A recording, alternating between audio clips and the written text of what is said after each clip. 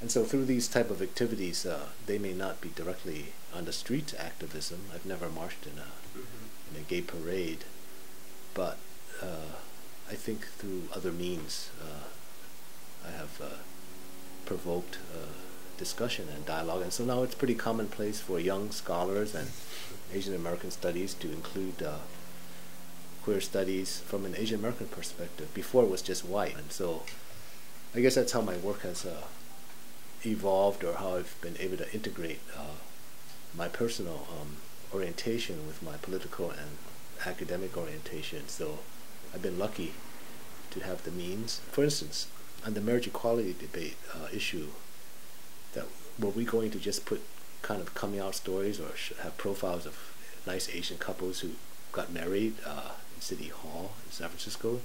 That was really not enough. So what we did was take another approach.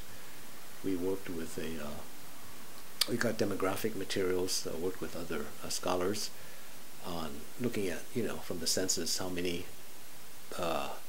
Asian Pacific couples said that they had a same-sex partner living in the home, so you could assume that, they were a certain percentage were gay and lesbian. Mm-hmm. We also looked at immigration policy and people with, say, HIV or who were seropositive, because and to see whether how marriage equality affected that, or whether it was affected.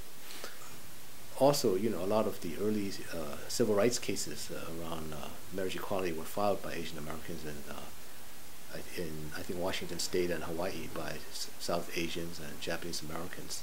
So Asian Americans have really been involved in the marriage equality debate, but in the mass media they really were not acknowledged. It seems to be sort of a white thing. So I think by putting it within a civil rights context and bringing history to light, I think that's a form of activism, so that basically, for the record, Asian Americans have been involved in the movement, but in perhaps from another angle, another standpoint. The post-AIDS, you had to be, a lot more responsible, I think, in terms of yourself and your partner.